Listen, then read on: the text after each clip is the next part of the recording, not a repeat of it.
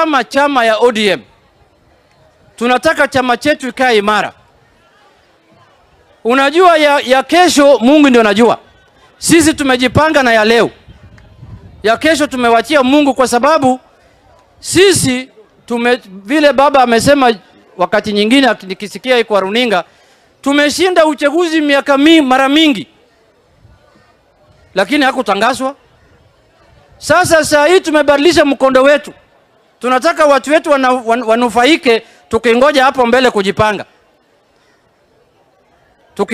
Tukijipanga hapo mbele, lazima watu wetu wanufaike, wapate ajira, wapate maendeleo, wapate barabara zao, wapate kila kitu. Kwa hayo machache, mimi nataka kusema asanteni sana kwa kukaribisha sisi. Sisi bado tupo. Tutatetea nyinyi haki yenu. Nimesikia vile Secretary General yangu amesema, kuna jamaa anaitwa Justin Muturi ameongea jana. Ameongea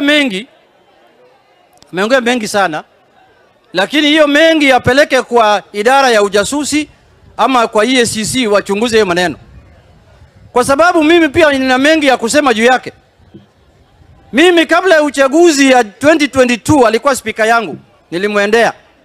Nikaambia, bwana speaker, si usupport baba yangu anataka kuwa president. Aliniambia, afadhali hii mwizi yetu ambaye anaitwa Ruto kushinda baba yako. Sasa leo Ruto amekuwa mtu mbaya jameni kwake.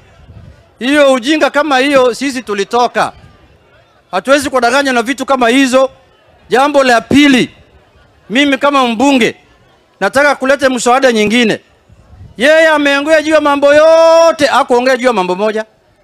Kuna jumba hapo bunge inaitwa Bunge Towers, ambayo kuna maofisi ya wabunge. Hiyo nyumba wakati tumekaa chini kama wabunge ilikuwa inafaa ijengwe na 6 billion. Wakati Muturi anatoka kwa ofisi, hiyo jumba ilijengwa na 27 billion.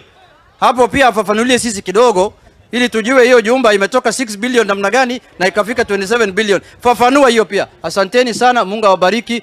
Nataka kualika Deputy Governor ya hapa Mombasa ambaye sijakutana na yeye, lakini naona sura yake nafahamu kama mtu ya ODM. Asante, karibu sana. Thank you.